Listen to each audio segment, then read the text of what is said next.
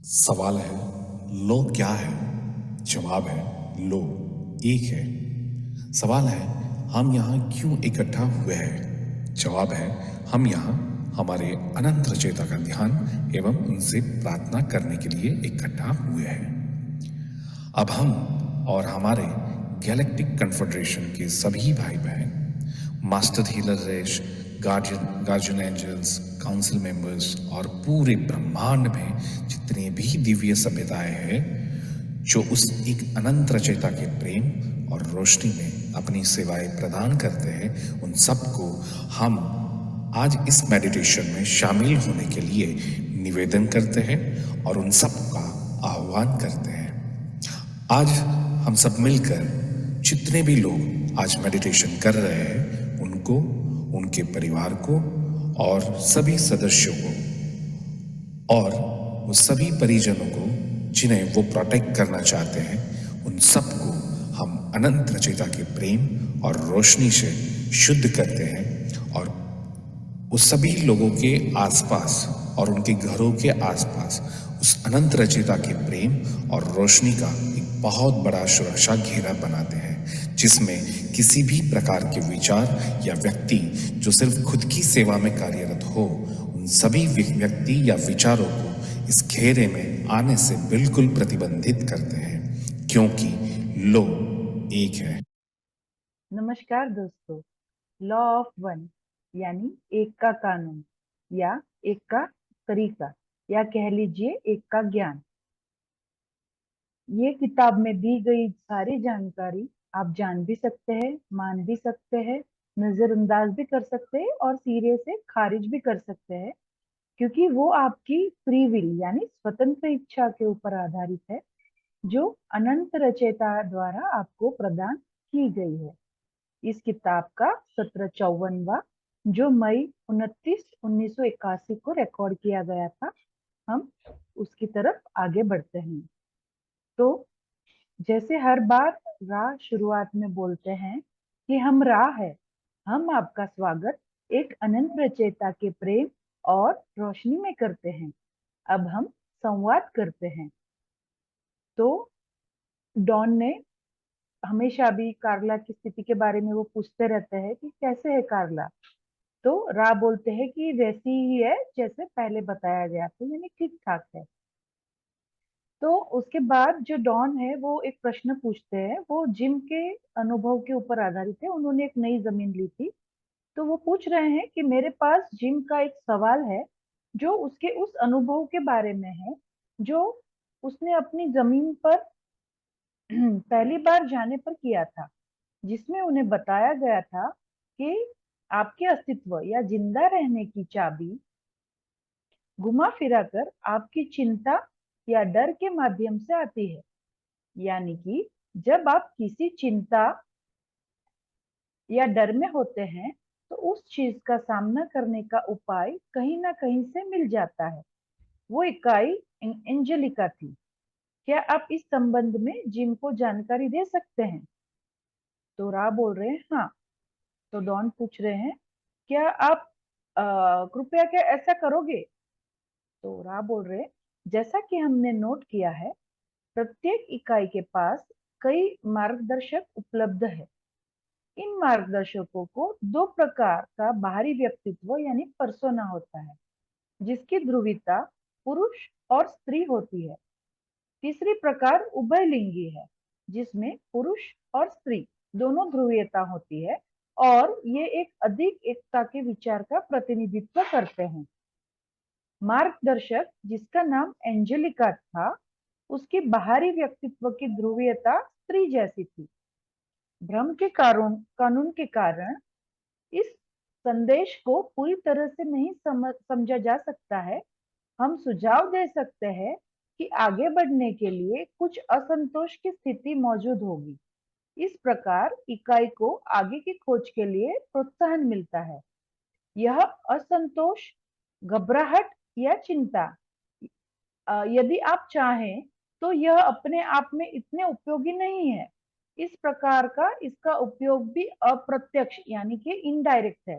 तो यहाँ पे जो बात चल रही है कि जिम ने एक नई जमीन खरीदी थी, वहां पे जब वो गए तो वहां पे एक जो उनको जानकारी मिली उस हिसाब से एक एंजेलिका नाम की जो इकाई है जो उनको मिली, और वो उन्होंने ये पूछा कि आपके अस्तित्व या जिंदा रहने की चाबी घुमा फिरा कर आपकी चिंता या डर के माध्यम से आती है। यानी ये सारी चीजें वो भी चैनलिंग के थ्रू उनको ये कनेक्ट हुए थे जिम को। तो वहां पे ये जानकारी थी। तो ये इस तरह का जब चैनलिंग होता है तो वो जो मार्गदर्शक रहते हैं तो वो या तो स्त्री होते हैं या पुरुष होते हैं, या तो फिर उभयलिंगी, यानी कि जिसमें पुरुष और स्त्री दोनों की भी ध्रुवीयता रहती है, और ये एकता का विचार का वो प्रतिनिधित्व करते हैं। तो अभी ये जो है भ्रम का कानून, जो ऐसा बोले, जैसे मान लो कि कोई ऐसे मार्गदर्शन दे रहा है तो भ्रम के कानून के कारण ये संदेश को पूरी तरह से नहीं समझा जा सकता है। यानी कभी कभी आप को, जैसे यहाँ पे जिम को एक वाक्य सुनने को मिला कि आपके अस्तित्व या जिंदा रहने की चाबी घुमा फिराकर आपकी चिंता या डर के माध्यम से आती है, इस तरह का उनको वाक्य बताया गया था। तो जैसे जैसे हम ऐसे मेडिटेशन करते हैं, मेडिटेशन के दौरान हमको ऐसे अनुभव होते हैं या तो कुछ तरह के संदेश मिलते हैं। तो कभी कभी ऐसा होता है कि वो संदेश हम समझ भी पाते हैं और कभी ना भी समझे।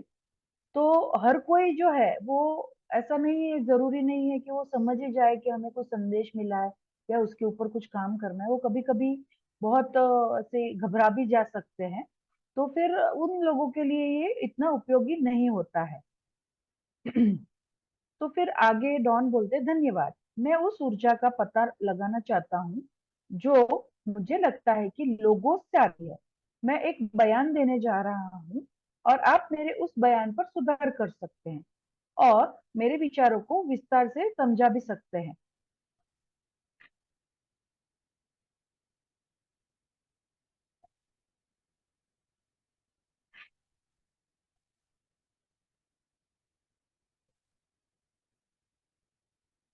तो वो बोल रहे हैं कि लोगों से ही सारी रोशनी की तरंगों की कंपनता की तीव्रता यानी फ्रीक्वेंसीज आती है। यानी कि लोगों से सारी ऊर्जाएं आती है।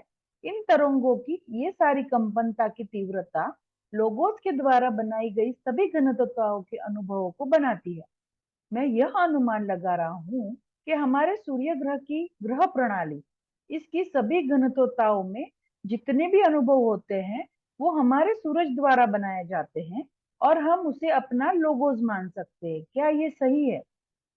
तो रा बोलते हैं कि हाँ ये सही है। यानी यहाँ पे जैसे हमने पिछले सत्रों में देखा था कि एक लोगोस है, लोगोस द्वारा ही हमारे सूर्य की जो है सूर्य बनाया गया था।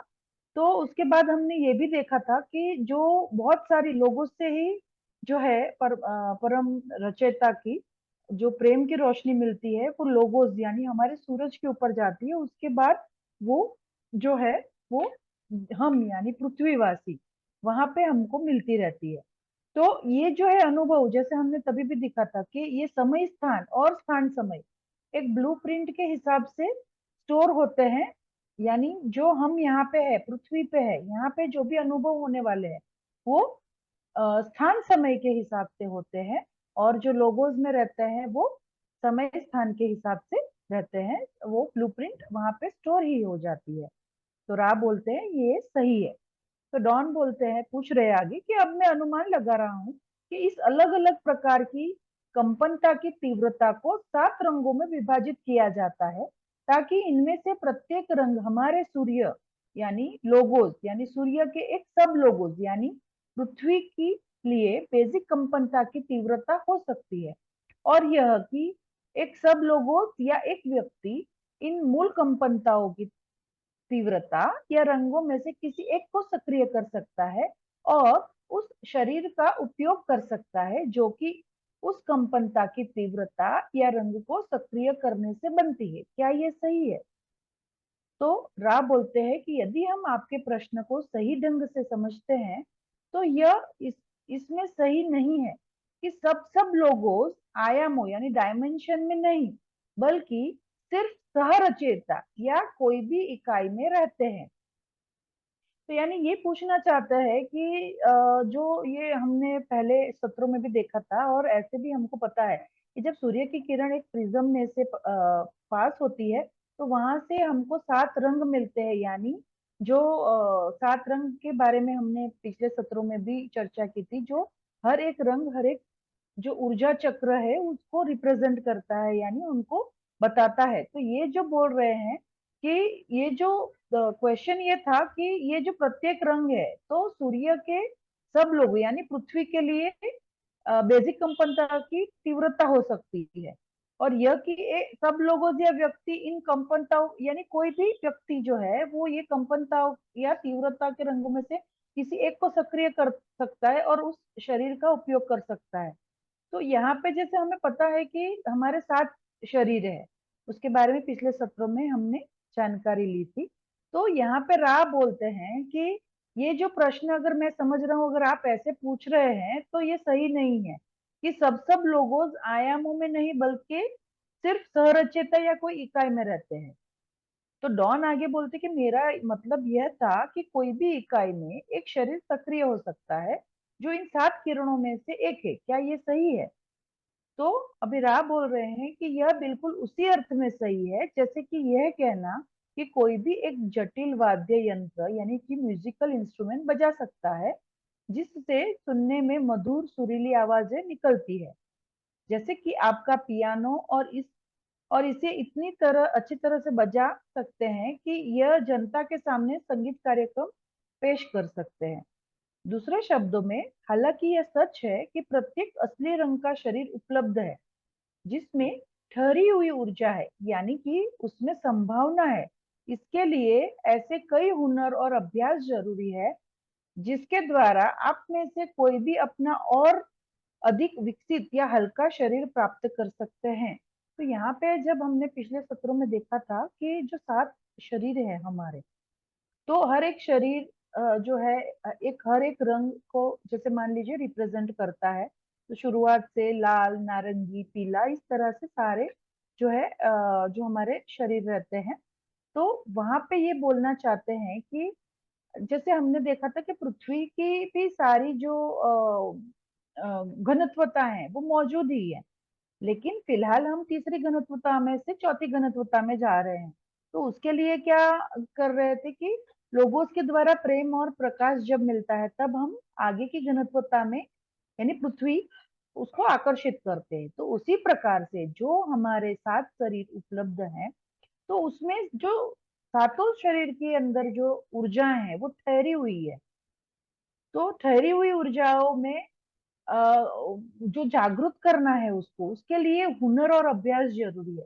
अभी यहाँ पे हुनर या अभ्यास यानी यही चीज है कि जब हम मेडिटेशन करते हैं तो ये पॉसिबल होता है कि हम आगे का यानी जो अधिक विकसित करेंगे। जैसे हमने पिछले सत्रों में भी देखा हुआ है कि अभी हम फिलहाल तीसरी घनत्वता में है, जब हम चौथी घनत्वता में जाएंगे तब हमारा जो है शरीर जो है और हल्का होता जाएगा। पांचवी घनत्वता में तो हम पूरे रोशनी के ही बने हुए रहेंगे। तो इस हिसाब से हमारा जो शरीर है वो हल्का होता जाएगा आगे की घनत्वताओं में।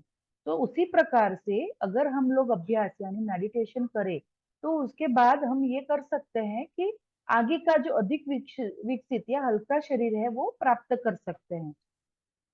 तो डॉन आगे पूछते हैं, मैंने ये बयान सिर्फ उस बेसिक सवाल पर आने के लिए दिए हैं जो मैं अब पूछना चाहता हूँ। यह पूछने के लिए कठिन सवाल है। तो वो पूछ रहे हैं कि हमारे पास सब लोगों से बुद्धिमान ऊर्जा आ रही है जिसे हम अपना सूरज कहते हैं। वो तब रूप लेता है और हम एक उदाहरण के रूप में केवल एक सब सब लोगोज लेंगे जो एक इकाई है यानी कि हम जैसा कोई भी। इस बुद्धिमान ऊर्जा को किसी ना किसी तरह से सुधारा या विकृत किया जा सकता है ताकि वह ऐसी इकाई बन सके जो व्यक्तित्व की कुछ विकृतियों के साथ हो, जो एक इकाई के लिए या उस इकाई के मानसिक भाग यानी कि सोच के लिए आवश्यक है ताकि वो अविकृत होकर एक बार फिर शुद्ध रूप से वास्तविक बुद्धिमान ऊर्जा के साथ एक हो जाए। तो सबसे पहले मैं ये जानना चाहता हूँ कि इस पर मेरा बयान सही है कि नहीं, और दूसरी बात मैं ये जानना चाहता हूँ कि ऐसा क्यों है। इसका एक के कानून की पहली विकृति यानी कि स्वतंत्र इच्छा के अलावा भी कोई और जवाब है।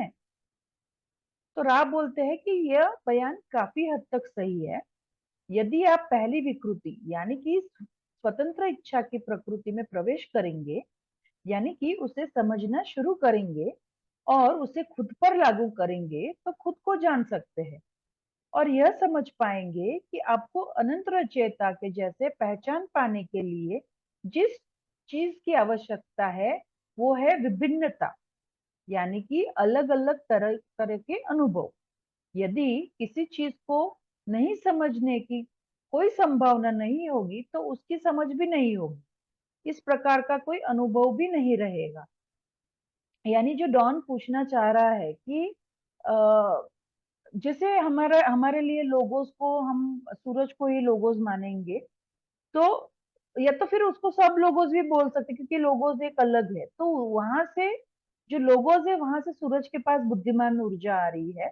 वो बुद्धिमान ऊर्जा, वो जो बुद्धिमान ऊर्जा है या जो अनंत रचयिता का प्रेम और प्रकाश है, वो सूरज के द्वारा, जो हमारा सूरज है उसके द्वारा सब सब लोगों यानी कि हम जैसे लोगों को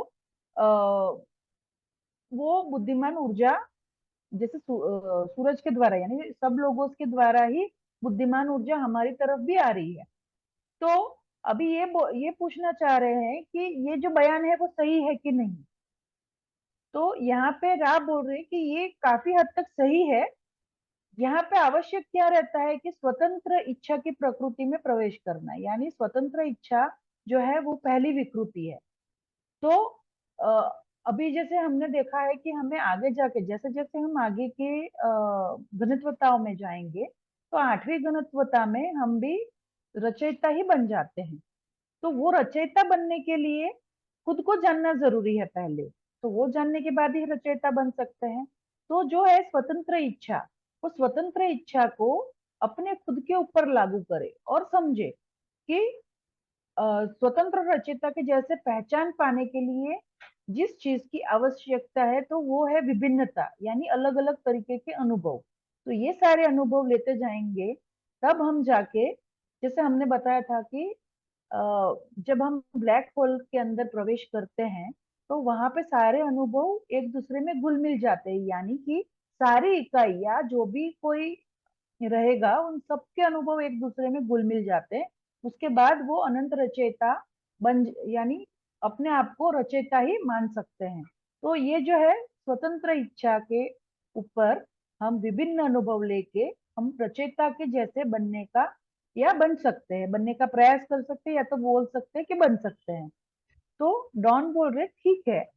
एक बार जब कोई इकाई इस प्रक्रिया के बारे में जागरूक हो जाता है तो यह निर्णय लेता है कि उसके पास ये योग्यता होने के लिए, यानी कि पूरी तरह से रचना करने की योग्यता और रचयिता बनने की योग्यता होने के लिए, जिनमें से वो एक छोटा सा हिस्सा है लेकिन एक ही समय में उसमें भी योग्यता है, इस पूरी रचना को एक साथ लेकर चलने की योग्यता रखने के लिए, या फिर मैं कहूंगा कि उसे उसके सोच को फिर से एक करना होगा, या उसे अपनी सोच को असली रचयिता की सोच के साथ शुद्ध रूप से या उसकी कंपनता की तीव्रता यानी फ्रीक्वेंसी के साथ फिर से सामंजस्य स्थापित करना होगा। ऐसा करने के लिए व्यक्तित्व को अनुशासित करना आवश्यक आवश्यक है, ताकि हर असली सोच या असली कंपनता के साथ शुद्ध रूप से एक हो जाए और यह अनुशासन के 7 क्षेत्रों में विभाजित हो जाए, जिसमें से हर भाग का संबंध स्पेक्ट्रम के रंगों में से एक रंग के साथ हो। क्या ये सही है? तो यानी इन शॉर्ट बोल रहे हैं कि हमें जो रचयिता ही बनना है, तो उसके लिए जो है एक तो सोच को एक करना जरूरी है, और उसके बाद वो सोच एक साथ करेंगे, फ्रीक्वेंसी एक साथ होगी, सामंजस्य होगा, और ऐसा करने के लिए अनुशासन भी बहुत जरूरी है। तो ये असली सोच या असली कंपनता के साथ शुद्ध रूप से एक हो जाए और अनुशासन के 7 क्षेत्रों में, यानी जो भी अनुशासन है 7 क्षेत्र इसलिए क्योंकि 7 शरीर है हमारे, और 7 चक्र है और 7 रंग है, तो उसका अनुसंधान से बोल रहे हैं। तो रा बोल रहे कि हाँ, यह बात हालांकि सही है, लेकिन इसे गलत समझे जाने की भी काफी संभावना है। वो सटीकता जिसके साथ प्रत्येक ऊर्जा केंद्र असली सोच के साथ मेल खाता है, वो प्रत्येक ऊर्जा के बंधन में व्यवस्थित रूप से रखा हुआ नहीं होता है, बल्कि ये सारे ऊर्जा केंद्र आपस में बिल्कुल किसी प्लाज्मा के द्रव्य की तरह घुलकर कुछ इस तरह से संतुलित होने चाहिए कि बुद्धिमान ऊर्जा भी कम से कम विकृति के साथ खुद को चैनल करने में सक्षम हो जाए। इकाई का मन, शरीर और आत्मा कोई मशीन नहीं है, बल्कि यह वही है जिसे आप एक जैसी धुन की कविता कहते हैं। तो डॉन आगे पूछ रहे हैं, क्या इस सारी रचना में सारी इकाइयों के पास 7 ऊर्जा केंद्र होते हैं जब वे पूर्ण विकास या विकास के उस बिंदु तक पहुंच जाते हैं जहां उनके 7 ऊर्जा केंद्र हो सकते हैं? तो राज जवाब देते हैं, लोगोस द्वारा रचना की शुरुआत से ही ये ऊर्जा केंद्र स्थूल जगत में एक ठहरी हुई ऊर्जा के रूप में रहते हैं, जिसमें संभावना होती है। शाश्वत रूप से, यानी कि जहां समय नहीं होता है, टाइमलेसनेस, उस स्थिति से बाहर आने पर सब तैयार हो जाते हैं। अनंत रचना ऐसे ही होती है। तो हमने पिछले सत्रों में भी देखा था कि जैसे पृथ्वी या जो कोई भी रचना है, उसके अंदर और जो इकाई है, जैसे हम जैसी इकाई है या फिर कोई भी इकाई रहे, जैसे पशु पक्षी भी रहे, तो अनंत रचिता भेदभाव के बिना सबको सारे ऊर्जा केंद्र प्रदान करते हैं, लेकिन वो एक्टिवेट नहीं होते हैं जो ठहरी हुई ऊर्जा के रूप में रहते हैं। तो जब हमने बताया था कि जब टाइमलेसनेस की स्थिति आती है तब वो सब तैयार हो जाते हैं। तो डॉन आगे पूछ रहे हैं, तब मैं मान लूंगा कि रचिता ने खुद को जानने के तरीके में अपनी बुद्धिमानी का मूल्यांकन या हिसाब करने के लिए जानने के 7 क्षेत्रों की अवधारणा बनाई है। क्या यह सही है? तो रा बोल रहे हैं, यह आंशिक रूप से गलत है। लोगोस रोशनी बनाते हैं। इस रोशनी की प्रकृति इस प्रकार रचना में माध्यम की प्रकृति और ऊर्जावान स्तरों के अनुभवों को बनाती है।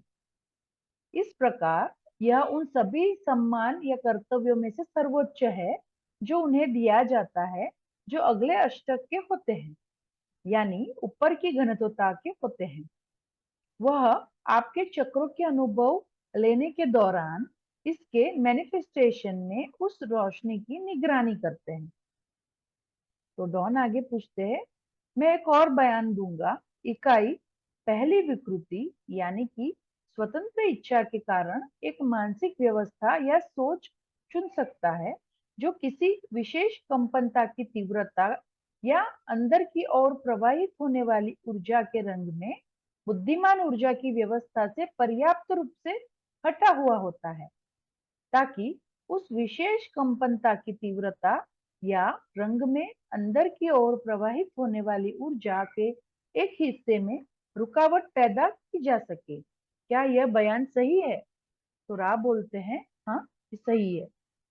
तो डॉन आगे पूछते हैं, ये सवाल शायद अच्छा ना हो, लेकिन मैं इसे पूछूंगा। क्या आप मुझे ये अंदाजा दे सकते हैं कि इस ऊर्जा की किसी एक रंग में अधिकतम कितने प्रतिशत रुकावट की संभावना है, या इसका कोई अर्थ है? तो रा बोलते हैं, किसी भी इकाई में ऊर्जा की अंदर की ओर प्रवाहित होने के पैटर्न में किसी भी ऊर्जा या रंग या ऊर्जाओं या रंगों के मिश्रण में पूरी तरह रुकावट हो सकती है। तो डॉन आगे पूछते हैं, ठीक है, तब मैं मानता हूं कि पहली विकृति, यानी कि स्वतंत्र इच्छा ही प्रेरक या वो है जो इस रुकावट को अनुमति देता है। तो क्या ये सही है?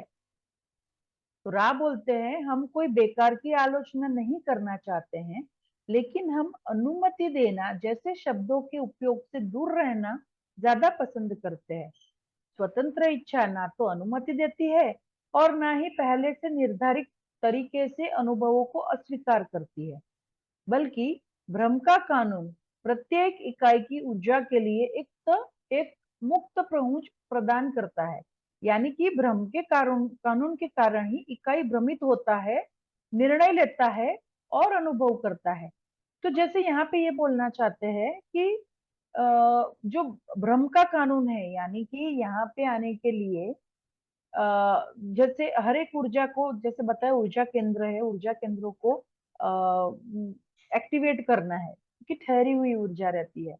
तो ये जो स्वतंत्र इच्छा है, तो वो बोले कि रुकावट हो सकती है क्या ये एक्टिवेट करने में? तो बोले हाँ, हो सकती है। तो वो कैसे होगी?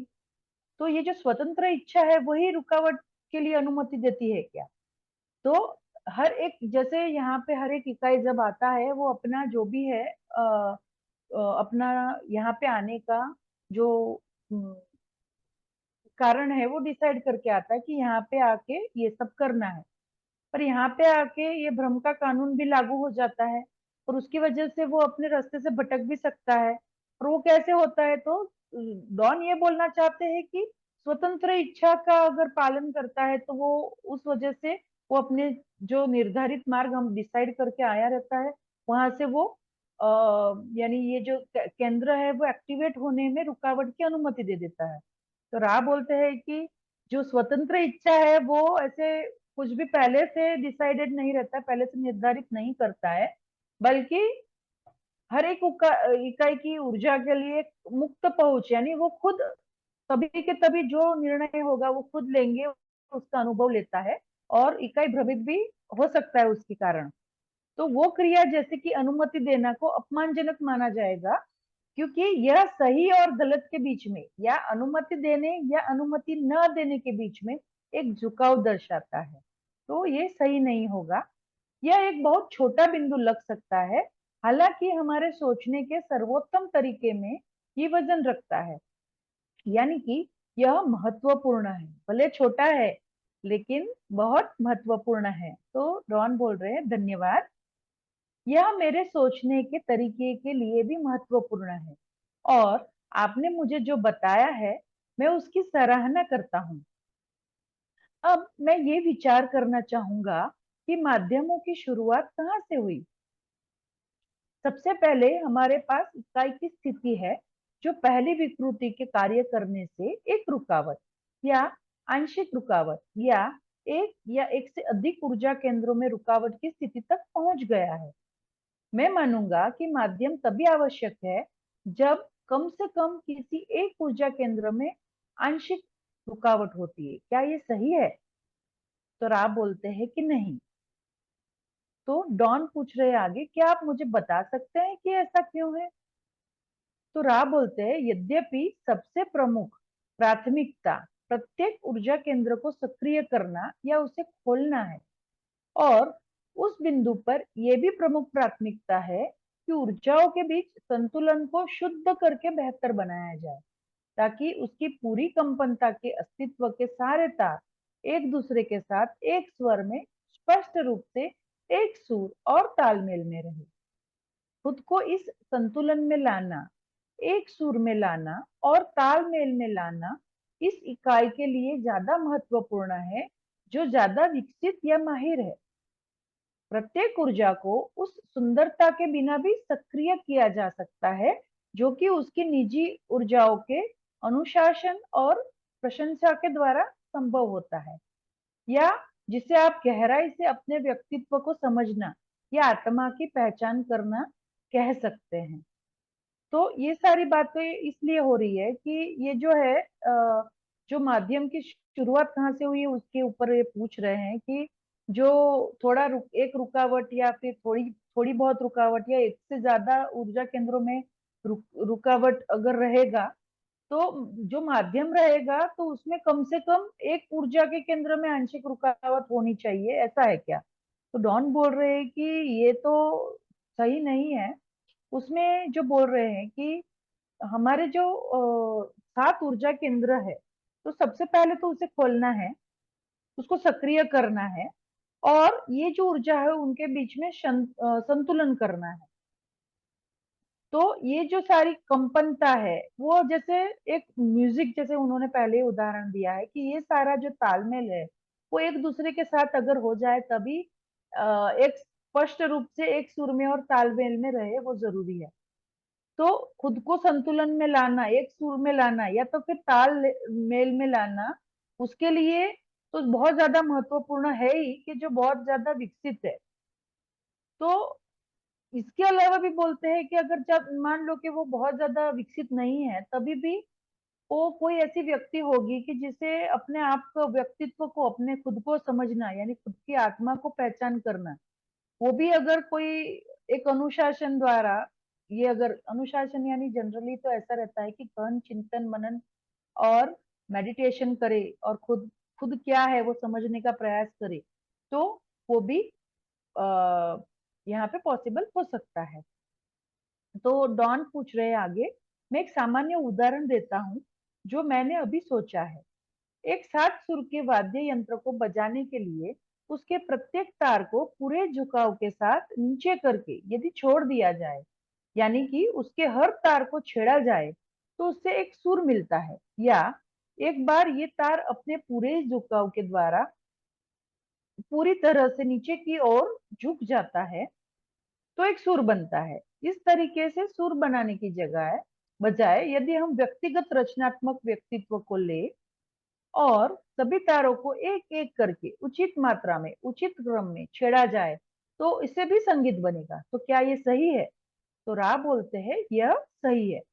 संतुलित व्यक्ति में ऊर्जाएं उसी स्थिति में रहकर रचयिता के हाथ की प्रतीक्षा करती है, ताकि रचयिता उसके तार को एक सामंजस्यता में या सुर में छेड़े।